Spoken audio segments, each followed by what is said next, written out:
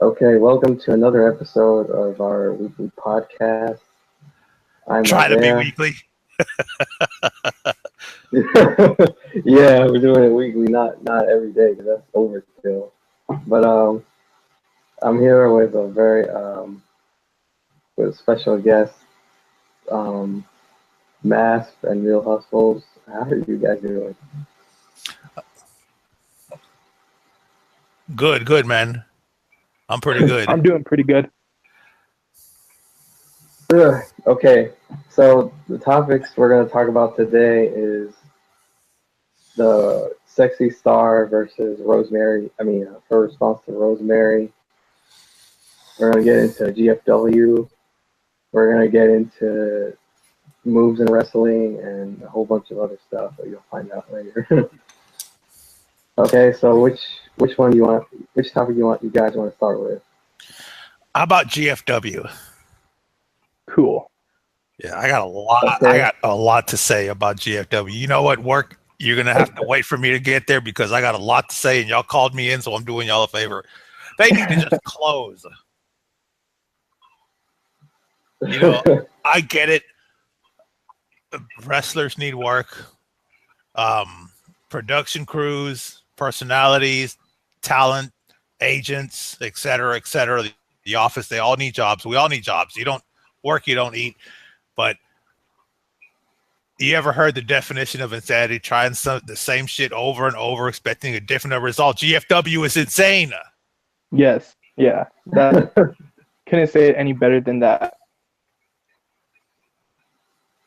I mean, what do you, it's crazy. You know, you've already heard Jeff Jarrett went home. The company's hemorrhaging money. They're considering selling the company again.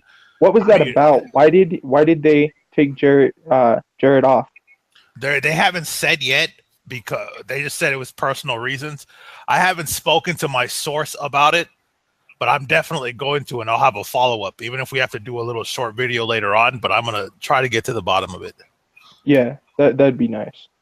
Because I heard a lot of people talking about it. I didn't know what the reason was for it. I just think, in my opinion, I think it was maybe some sort of disconnect. Maybe he thought, okay, well, I'm in charge of TNA again, so everything that happens goes through me. But at the same time, it's the same situation when Dixie Carter was there. Someone bought you out, so you have power, but you don't have absolute power. Yeah, you have someone to answer to. Yeah. But I mean, what do you think about the guys? Like, seriously, would you continue just pouring money into something that's just not turning around? I mean, they've been at a standstill. They haven't gotten over a 400,000 viewership since the Hardys left, and they haven't been that's true. Past 300 something thousand views in years. The final deletion and everything they were doing with the Broken Hardys, that was like their last peak of anything, right? Of momentum. Yep. That says a lot when, especially with how silly some of the stuff at that time. So many people were just in it for the shock value, and because people were talking about it the next day, not really paying attention to anything going on with TNA and the storylines. They were just there to watch the Hardys do what they were doing. So I feel like even then, it was the Hardys creative that was really getting over. And you look at what they do with creative without the Hardys, and it says a lot. Yeah. I agree. What do you think about the different styles they're doing now? You know, like Japanese strong style, lucha libre. Because I heard saying, and he said in an interview that they're planning to. Great. I think it's great when you have diverse styles on a wrestling show because it generates interest. Yeah, but I want to know your thoughts on. Do you think it will be a problem for the wrestlers working different styles? Like, what are your thoughts on that? No, I mean, that's the reason that they prepare for the match beforehand. And you can tell when someone wrestles someone if they have good chemistry and it turns out to be a great match. And then you can also tell when the styles just don't blend and it turns out to be a not so great match. And that says a lot about the talent too. You got to be prepared to at least put on a decent match with any style out there. You got to be that versatile, and if that's what they're giving you, that's what they're expecting from you. So I would expect them to have good matchups and stuff like that, especially with the blend of different styles. But I like how they've been adding, like, you look at I look at GFW and I see like a variety of different characters and stuff like that. It's just the creative and what they're doing is not really catching anybody's attention. Nothing is sticking. But they definitely have the talent there. The talent has always been there. It's just up to the creative to put them in that spot that can really open people's eyes to what's happening. And they don't have bad creative. The thing about it is it's just the same old presentation. Okay, they changed the name of the company. They brought the old timers like Jeff Jarrett, Jim Cornette, Bruce Pritchard back. Okay, that didn't move the needle when they were there. What's going to make them move the needle now? Yeah. You know, and it's not a knock on them, but that company is just tainted. You know, it's tainted. It doesn't matter if they brought The Rock, Hulk Hogan, and Stone Cold in there. They might do something the first couple weeks, but at the end of the day, wait a minute, this is still GFW. Yep. Yeah, I wasn't feeling it during those years when they brought Hogan in. And still, I don't know how to feel about it now. Sometimes it feels like you got to know when to roll over and just die. Like, you can always create something else and, like, something fresh, but when one brand or, like, two different brands, because you had TNA and then you have GFW and then now they're formed into, like, one, it's like, it's just too tainted. People will automatically hear GFW or Impact and they'll already have their mind made up about it. So it really does just suck the position that they're in. It's like there's no way of getting out of it, really. Yeah, I guess the only thing I appreciate is how they're collaborating with other companies and collaborating with different styles rather opposed to just one style. But yeah, that's always dope to see. Yeah, but with all the companies they could be collaborating with, they're collaborating with AAA. You know, and I'm sorry, but I have worked with people that dealt with AAA. I have dealt with AAA indirectly, and they're a pain in the ass to work with. And not only that, they're another company that sometimes doesn't pay their wrestlers what they're owed or on time. You know. Yeah, I was gonna say that too. Like, they're really everybody who leaves AAA ends up saying like pretty harsh stuff about them. So they're not really collaborating with a company that's well liked or well received. Yeah, and not only that, whenever these wrestlers, the legends especially, do work shows for them, it's usually a one-off deal because they will not sign a long-term contract with them. I mean, do you know how much contractual thuggery the wrestlers over at Lucha Underground are going through because of AAA? Yeah, I mean, Pentagon dealing with that whole name thing. I've seen him change his name probably like 3 times now. It's like, holy crap. It's crazy. Yeah, I'm not really sure how to feel. Like, I remember I was telling Isaiah, Pacific Coast Wrestling is the name of the company. They're located, I believe, in San Diego. A friend of mine who works their show sometimes is a backstage guy and a manager, said that he faxed a picture of a middle finger to AAA when they tried to block a booking of Pentagon Jr. on their show. Like, they're not. Oh yeah, you did. Yeah, I mean, okay, look, we get it. You people probably intimidate people where you're from, but not fucking here. This shit ain't gonna work with us. Yeah. Yeah. Fuck AAA. Okay. Okay. You got any last words on the topic before we move on quickly? Yeah, fuck AAA. I'll agree with it.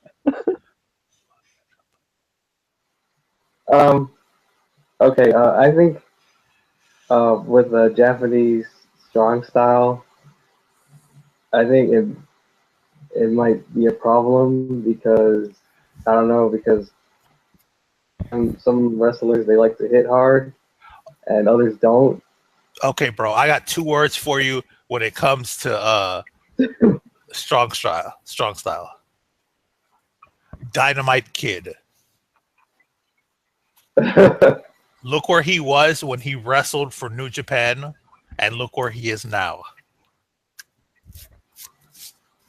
Yeah. I mean, I'm talking about the, like hitting guys stiff. Yeah. How they like. Yeah, that's what I mean. He's paralyzed now. He's paralyzed from the waist down because I don't really know much about him, so I can't really say one way or another. I don't either because, he was like a 80s, 70s, 80s megastar. He was in the WWF for a while too, former tag team champion. But like, if you watch the matches he had with, what the hell is his name? Hold on, let me look up the guy. Kid versus Tiger Mask in 1983, 1982. Those matches, their style looks like the shit they're doing now. And he had years of concussions, back injuries, knee injuries, et cetera, et cetera. He doesn't walk anymore. Yeah, that's the thing about strong style is like, yeah, at the end of the day, it's cool to see like them work stiff in certain spots and stuff like that. But is it really worth all the damage that it does to their body and stuff like that? If you're not, like, I can understand if you're getting paid to where you're going to be taken care of for life, but to take those risks and you're doing show after show, and then you come over to like the States and you're doing stuff like that, and then some people just don't work that well with the strong style and just working stiff in general. So it's really mixed, but I'm not really a fan of how much risks they do take with their own bodies and put themselves at risk. Yeah. And they really tone it down. They tone it down when they come to the big leagues like the WWE and Ring of Honor and GFW. They don't tone it down. They fight the exact same way they do in Japan and Mexico. Does GFW still have the octagon ring? Or yeah. Yeah. Well, like, isn't it the canvas harder on that? Yep. Yeah, so see, it's a little too much that they're mixing up there, and it doesn't seem very well thought out, but yeah.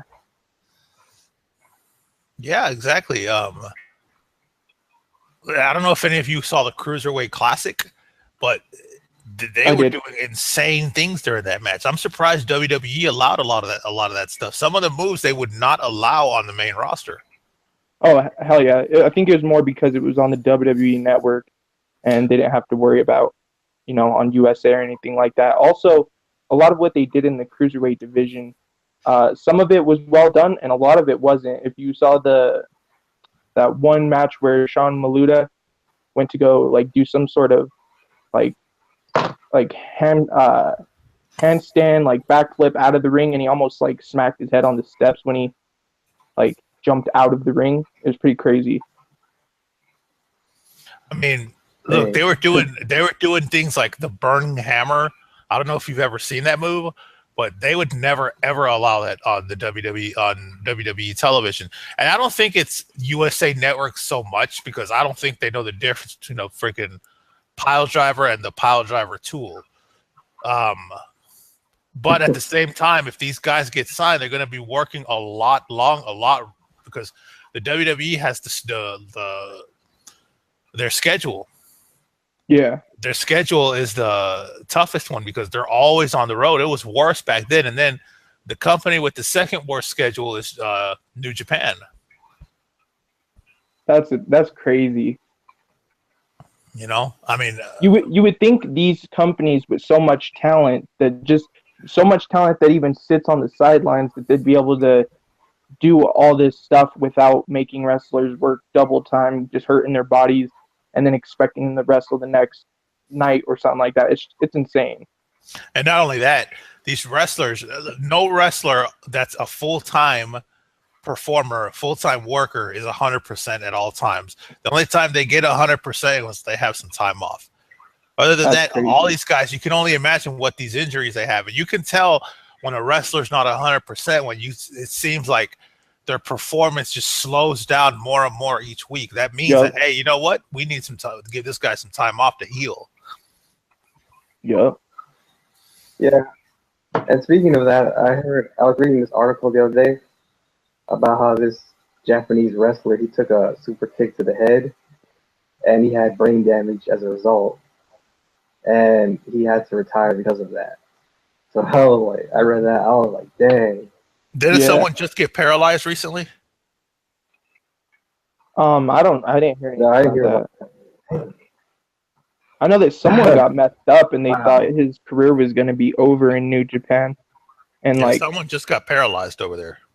yeah, and then like I also like you also see stories of like some of the like old school legends coming back, and it's like how the hell are they still doing it?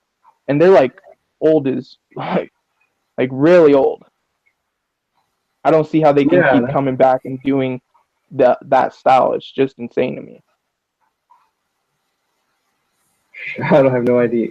I think it's a big part of it is due to the selling and making it look realistic rather than. You guys know what like the payment is like over there? Like if you're like a top star compared to like a like mid card, like what's like how much they're being paid over there to do that? I know that most wrestlers they don't make as much as they do in the WWE, but I heard that the payouts are really good. Still. Okay. All right, that's good. All right, so now we're going to talk about Sexy Star's response to Rosemary. Have you heard the latest news on that? No, but I think it's boring because now it's just wrestlers giving their opinions about it, so I don't care about it no more. I kept up with as many responses that I saw and stuff like that. What did you think about it? I think it's now that all of it's over and we see like the outcome, I think it's pretty messed up how everybody just decided to jump in on it, and like even the fans who like they knew nothing about Sexy Star before this incident, and now they go on a complete character assassination of her, and it's like, okay, if she did what she did, okay, and from what we see, Rosemary's okay. Nothing that's going to keep her out of action too long. Sexy Star came out with a half-ass apology at first, then came out saying that she felt she was somewhat in the right. So it's all mixed, and I feel like if we weren't backstage, we didn't know everything that happened back there, we shouldn't like completely go out of our way to assassinate the character of Sexy Star. Yeah, I agree with you. And speaking of that, like she said, to highlight some of her points, she said that there is no proof that Rosemary was actually injured, and I've tried looking it up, like seeing actual documented medical proof that she was injured, and I couldn't find it. Give it 2 or 3 more weeks, and Sexy Star will be wrestling, and nobody will remember what the fuck happened. Nah. People are holding on to this like it's the end of the world. Like when you have Stone Cold, Chris Jericho, all these wrestlers coming out and basically giving the approval, like, yeah, Sexy Star is unprofessional. She needs to go. She needs to be blackballed from the industry. Chris Jericho saying, well, you'll never make it on this podcast. People directly went out of their way to talk about this, and without knowing every single thing, because like you even see in Edge and Christian, they're like, they don't know the whole situation that was going on. And after you guys told me, like when we did the previous video, I went back and I watched some parts of the match, and they all were working really stiff. A lot of them were just throwing real fists at each other. I was like, damn. So like I can understand somewhat if Sexy Star didn't do it on purpose. She was really just working really stiff, and like when she did that to Rosemary, it looked like she was just doing it to like make it look like it was more brutal than it actually was. And when I see that Rosemary says she was legit trying to get out, and I see her in the arm bar and she's just kicking her feet, I don't see how she was legitimately trying to get out of it. Usually when you're in that, you try and roll the other way. That way you can, if you've watched MMA, you've seen it. But it's all just so mixed, and I feel like people just went out of their way to paint Sexy Star in a bad light. Yeah, because Sexy Star and But I don't even. Real quick, I don't even agree. Like if she did that, and if there was proof, I would completely side with Rosemary. But she's not even injured, and now we're talking about blackballing Sexy Star from the whole wrestling industry. It's like, come on now. yeah, that's just No, that's but you know what else ridiculous. is not helping Sexy Star's case is Her her ego. herself. But at the same time, I'm sticking with what I said. I think in a couple weeks to months, everybody will forget that it happened because there's no evidence. I mean, people will throw their shots here and there, but at the same time, she's going to still get booked regularly like she was before, and that's it. Well, yeah, when AAA shows as much, from what I've seen, when they show favoritism for Sexy Star, I do think, yeah, she is going to get those some more opportunities again, but it's not going to be completely the same when you have like the top wrestling stars who fans look to, basically saying no, that they don't want to work with her and stuff like that. Also, this Sexy will Star's leave draw a mark. has made them a lot of money, so we'll see. Yeah. And here's the thing about the injury is that I looked up a bunch of different articles on it, and they all say they all tell a different story. Like some say that Rosemary got injured at her shoulder, others say the elbow, others say the forearm. Did you read what Rosemary said?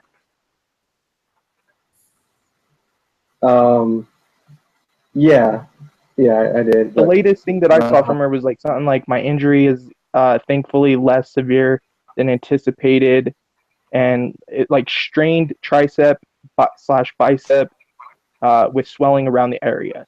So it looks like this is going to be something that's not really going to keep her out of action too long.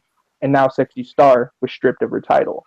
So, I don't know how to feel 100% about this, but I do feel like in this situation, people went out of their way to really shit on Sexy Star. Yeah, but my thing, I think for me, I think there's I guess some good reason to believe it was an accident, because Sexy Star said that she asked Rosemary, "Are you okay with me applying the armbar and everything the way I usually do it?" And Rosemary said, "Yeah." She agreed to it. And is that when Sexy Star said that a lot of the women that come from the States really aren't aware of the style that they're doing in Mexico and how Sexy Star works? Is that the same? Yeah. Okay. Yeah, cool. yeah. She even went up. And the thing about it is that Sexy Star said she's never tried to actually hurt her opponent in that way. She did that. She's wrenched the armbar.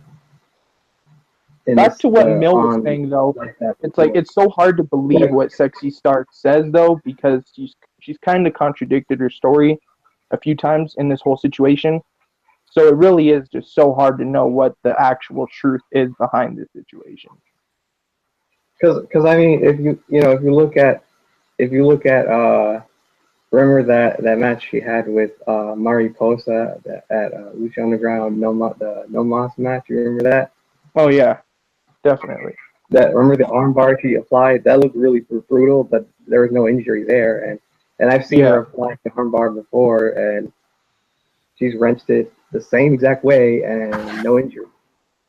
Yeah. So I think maybe Sexy Star needs to find the middle ground because you can see the difference between when she's doing it with someone like Johnny Mundo, or someone that's like a guy who she's wrestling with, compared to someone like Rosemary, who has smaller arms. It's going to be easier to cause damage, and for her to even if she's doing it the way she normally does, she might have to take a look at the way she does it to avoid a situation like this ever happening again. Yeah, I think I mean, I'm not sure if Sexy Star works stiff or not, but you'll see it here and there. Yeah. She does. Yeah, and also another thing is it didn't look like, at least to me, like it didn't really look like a shoot, because like Rosemary wasn't she wasn't tapping out.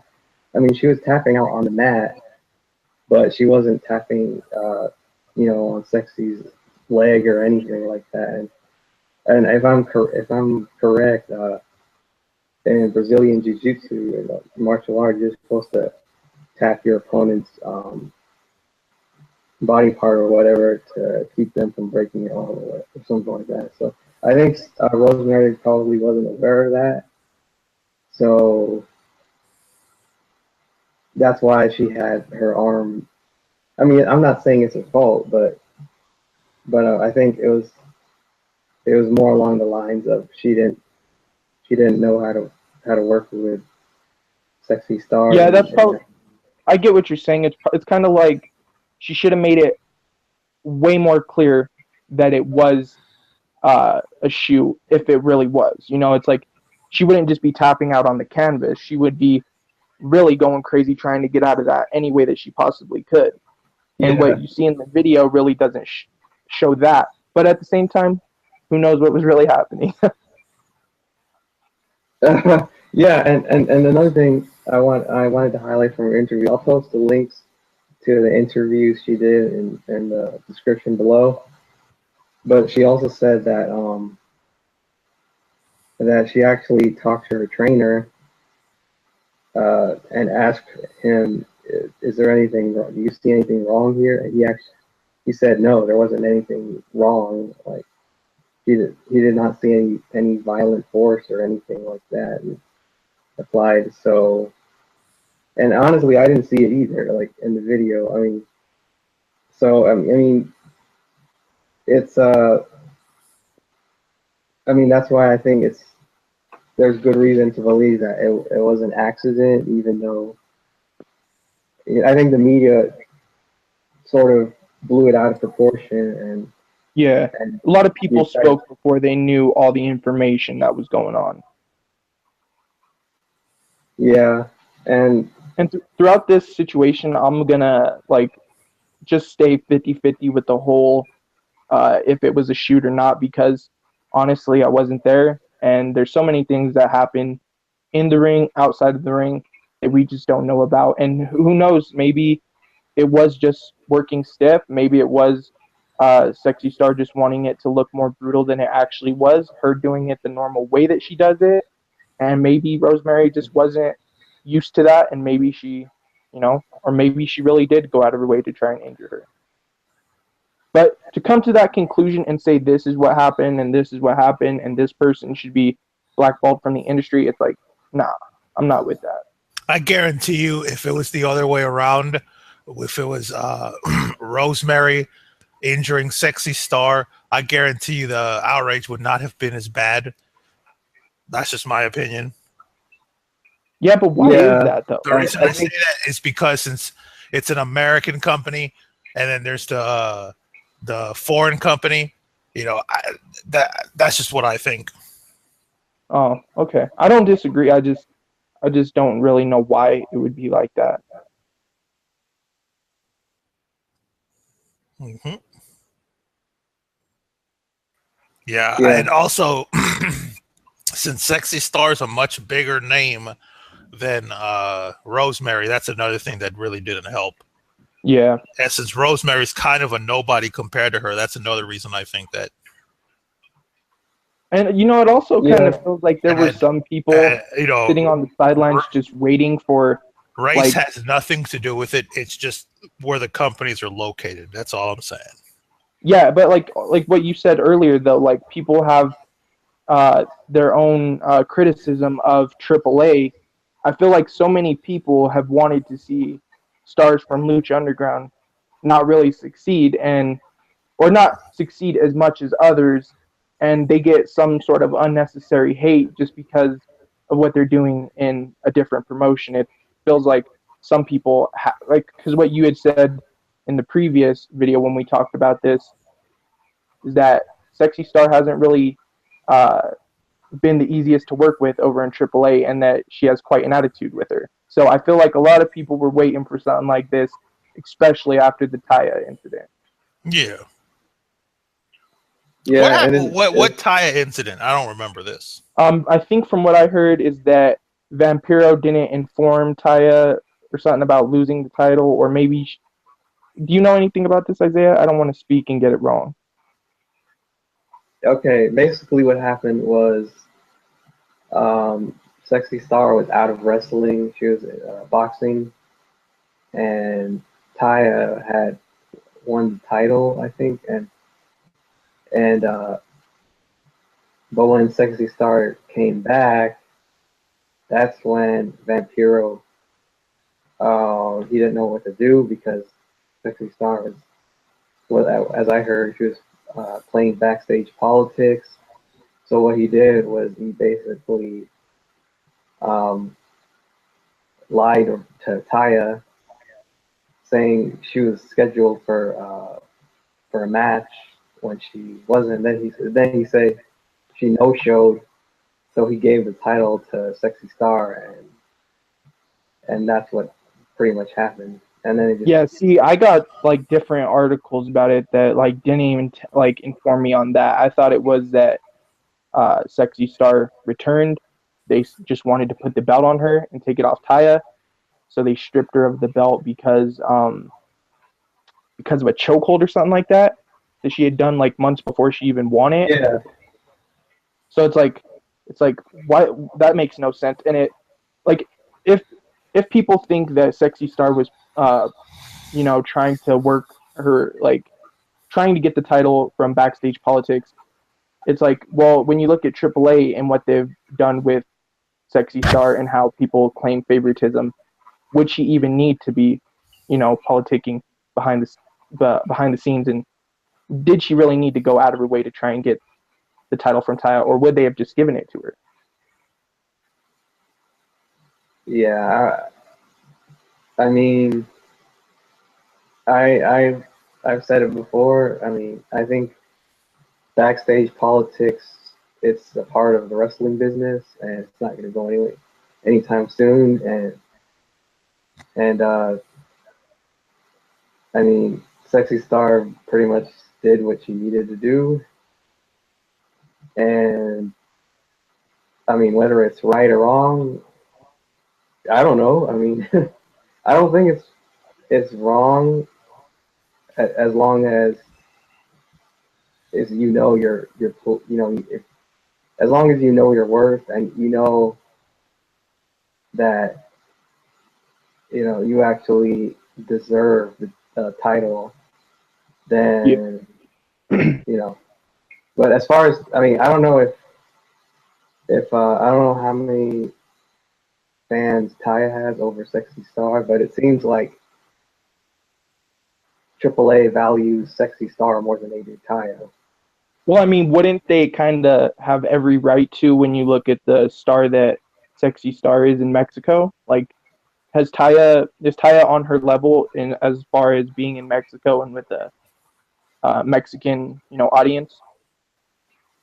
I don't know, honestly. I don't follow Taya that much. I mean, I know she's on AAA worldwide, but as I far as think being like on, with the whole Taya incident, that I don't think that incident really fell on Sexy Star, even though people dragged her name through the mud with it. I feel like it was more on Vampiro, and he really owned up to it throughout his the tweets that he was receiving from Taya and Johnny Mundo. So I feel like he kind of was yeah, like, it's more on me.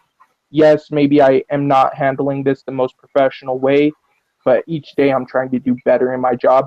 And he really just showed the utmost respect for Taya and Johnny Mundo, even though they were running his name through the mud bad.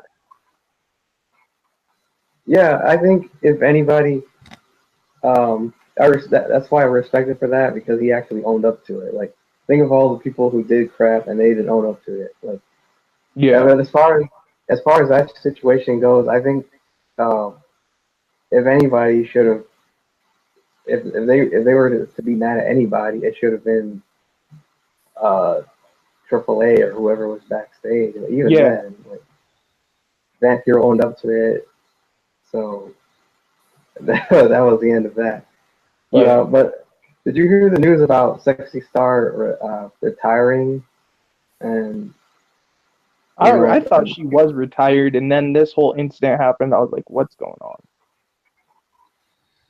yeah, there's a supposedly on Twitter she posted a selfie talking about how so something about hinting at retirement. I don't remember the full details on it. If I was her, I wouldn't retire just yet because I wouldn't want my career to end on a bad note like that.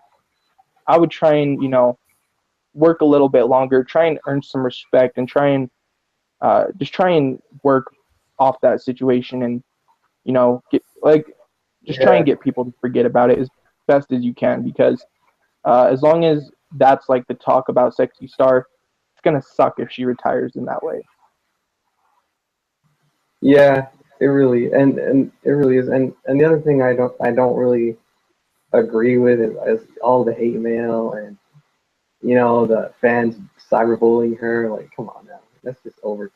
That's just going over the line. Like, okay, even if she did do it on purpose, she doesn't really deserve that, because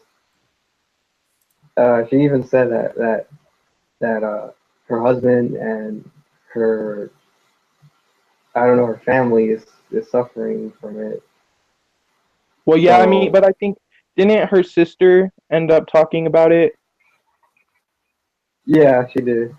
So, maybe her family should have stayed back and let Sexy Star take care of it. But, that's kind of the result of when you choose to take your time with, the reply and the response, and especially when you get your story somewhat mixed up. Somewhat. Yeah. Okay. You got any other concluding thoughts before we wrap this up? On that topic, I'm 50-50 with it. I don't particularly choose one side over the other. I don't think Sexy Star should be blackballed from the wrestling industry. And I would like to see Rosemary. It looks like Rosemary has moved on, and she's not really dwelling on it anymore. And just 50-50 with the whole situation. Okay. All right. Next topic we're gonna do is the moves of John Cena. Like, the critics saying that John Cena sucks because he only has 5 moves of doom or something like that. Well, what are your thoughts on that? You can clearly watch his matches and see that he has more than 5 moves in his arsenal. And you also look at most of the work that happened in the Attitude Era with The Rock and Stone Cold. A lot of them used a specific moveset that people would consider 5 moves of doom. And it's like, if they were doing it back then, and that was wrestling's highest point in popularity, I think that people are just using this to really just rant or say anything about John Cena that they don't like.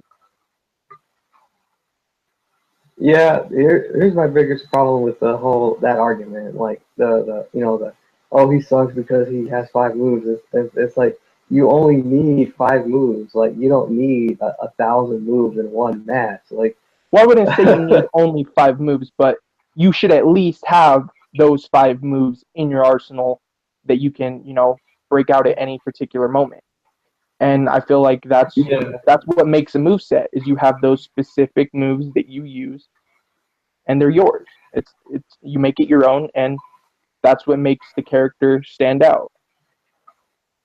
Yeah, because wrestling is meant to be a drama and sports entertainment, and the fans, they're only gonna remember a certain level of moves. If you're doing 1,000 moves a match, and you don't make any of them look special, then nobody's really gonna react. Like, they might applaud you for it or whatever, but and in a lot of cases, it's a build-up. If you've ever seen Dean Ambrose when he rebounds off the ropes, so many people hate it because he uses it so much in almost every match.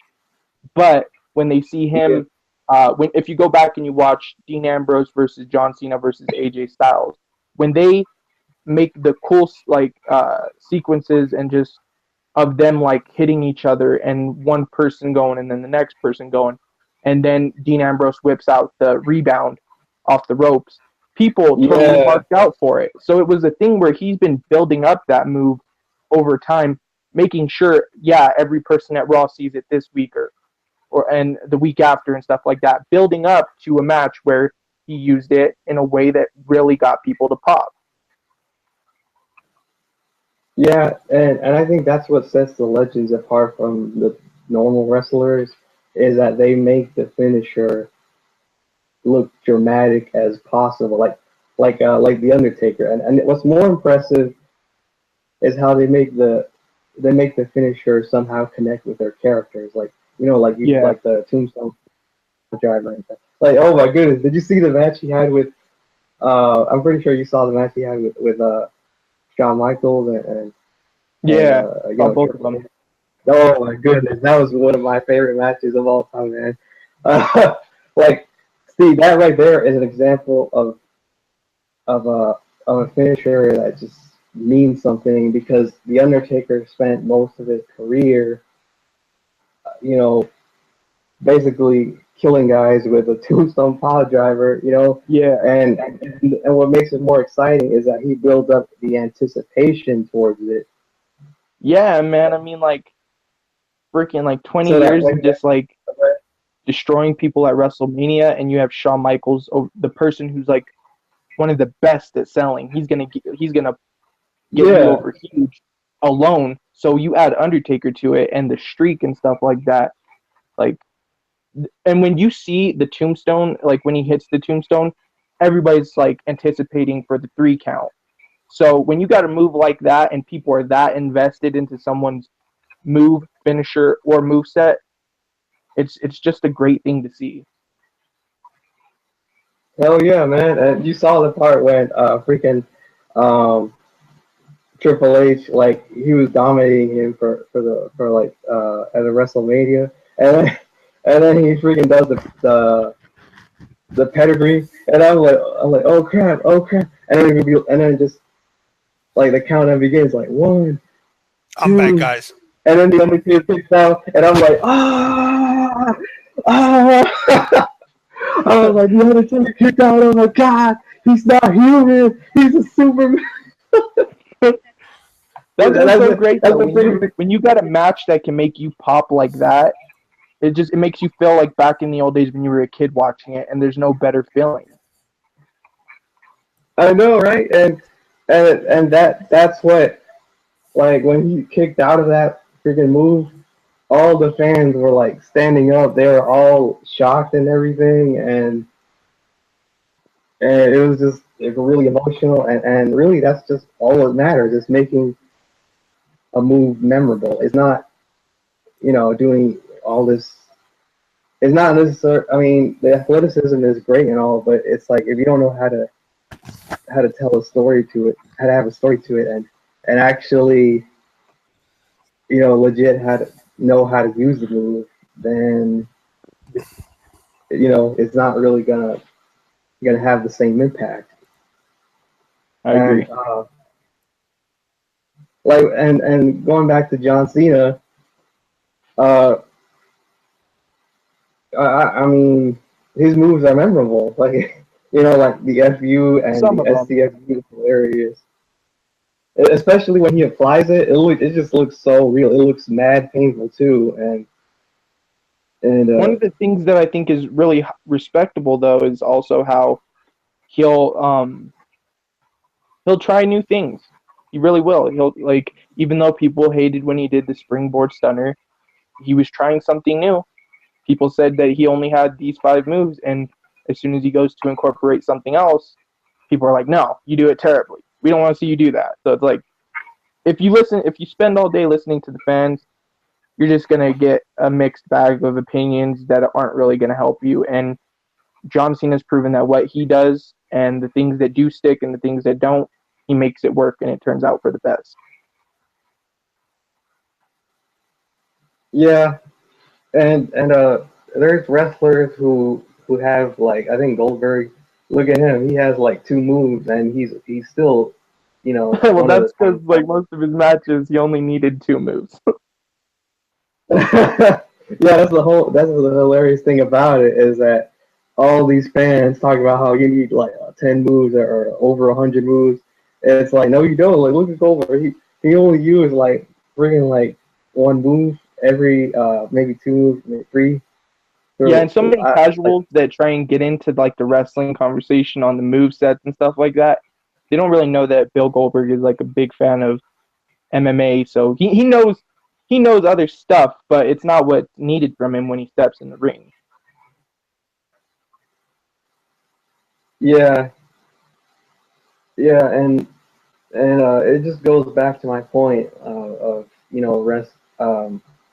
I've said it before, and I'll say it again. Um, it seems like the fan base has changed as far as what is good. Like today's fans, when they I don't know. To me, it just seems like they want a quick fix of moves, and just strung together like that, and like like a video game. I feel like And that's there's what nothing. people want. They want the mix between action that you'll see in like Lucha Underground, where it's fast paced and it feels like there's never a dull moment in Lucha Underground, and then you look at WWE where they Yeah, make so much of it mean more in like some future matchups and future storylines. I feel like people want the middle ground to that in WWE, but they're just not getting it, especially when you have certain superstars putting someone in like a headlock for like 5 minutes and then it goes to commercial break. It's like, well, why am I even watching this? You just got him in like yeah, a headlock, and I'm like, are you gonna do something now? How about now? And then it's like, you just and that's part of the reason why I don't watch WWE anymore is because I catch the highlights here and there, but I can't sit there and watch someone just sit in a headlock when I could be doing something way more productive with my time. dang.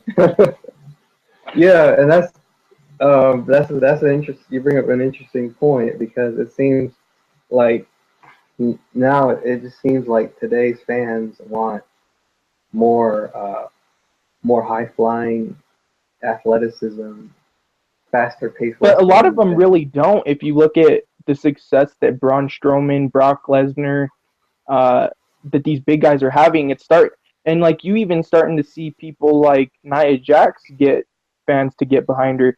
It feels like we've seen so much of like the high flying, very athletic move sets that people are like, okay, that's cool, but let's see what this person can do. And then you got someone like, I don't know if you've watched the Mae Young Classic, but you got this chick Piper Nevin or Nevin, and she's a big girl and she's still doing flips and stuff like that. And it's like, how does she do that? And you just got so much of a mix today that you got the powerhouses doing high flying moves, you got some powerhouses sticking to being a powerhouse, and I I'm a fan of all styles. So whenever I get to see a matchup with two different styles, I'm really down to see it. Like if you put someone like Baron Corbin versus AJ Styles, I am down to watch that match because I know what I'm expecting from Baron Corbin. He's more of a brawler, quick pace, and then you got AJ Styles. He's quick, somewhat on the older side now,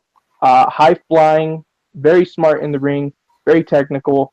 It's a good matchup that really sets itself up to be really great. It's just for the superstars to deliver.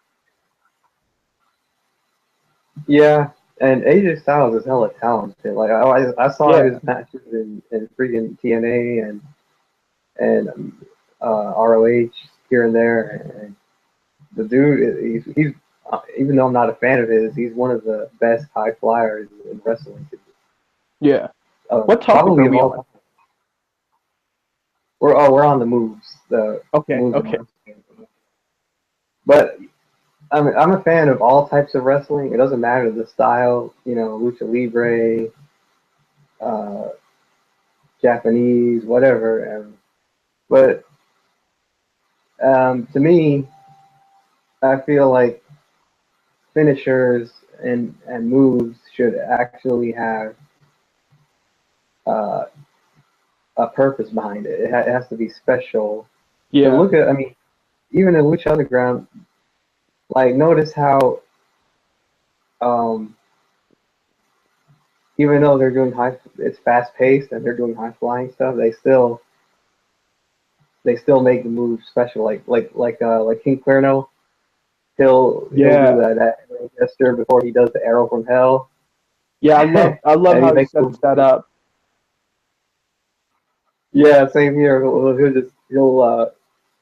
He'll pretend like he's shooting something, like he's setting his sights to his opponent I feel outside like of the ring. King Cuerno is probably one of the most underrated, uh, like as far as presentation and how he presents himself in the ring in Lucha Underground. I feel he's madly underrated when you look at someone like Phoenix and Pentagon and stuff like that. Cuerno's been putting in his work for a Oh long time now. yeah, he's. I mean, I'm a huge fan of his, and I do think that he's underrated compared to. He's injured, isn't he? I don't know. I heard that. Because I haven't seen him on Lucha Underground lately. Yeah, I think it's implied that he died. He died. It's implied that he died after the death match he had with Mil Muertes. Oh yeah, I remember that. Well, that sucks because when Mil Muertes comes back from those death matches and stuff like that. Yeah, that death match was crazy. I was like, okay, it wasn't over the top insane as I hoped it would be, but it was still pretty crazy. Like especially it was everything I expected from those two. But yeah, like I think not Mil, I think King Cuerno is underrated in Lucha Underground because I mean he has solid mic skills. The moves are solid. The presentation is solid. The entrance is solid. The presentation is amazing, in my opinion. Yeah, like when he walks in the ring, he freaking wears that headdress. Like it's supposed to be, I don't know, a deity of some kind. I don't know what it was. Yeah. All right, guys. Sick. Let's go. Do we have any final thoughts? I'm running a little late. We're gonna have to go ahead and we'll do the Vince McMahon on a separate episode, maybe tomorrow. Sounds good. Okay. All right, guys. Thank y'all for tuning in. Go ahead. Go ahead. Okay. Yeah, that's all I had to say on the subject. I think that haters gonna hate, but John Cena's moves are solid, and he only needs 5 moves in order to be memorable. And yeah, that's it. I don't care how many moves they have, as long as the match is believable. Period. Exactly. But if they have 100 different moves, it's like a freaking video game, and I'm not interested. Kind of like Ricochet versus Will Ospreay. I completely agree with you there. All right. Okay, guys. Well, we'll see y'all for the next edition.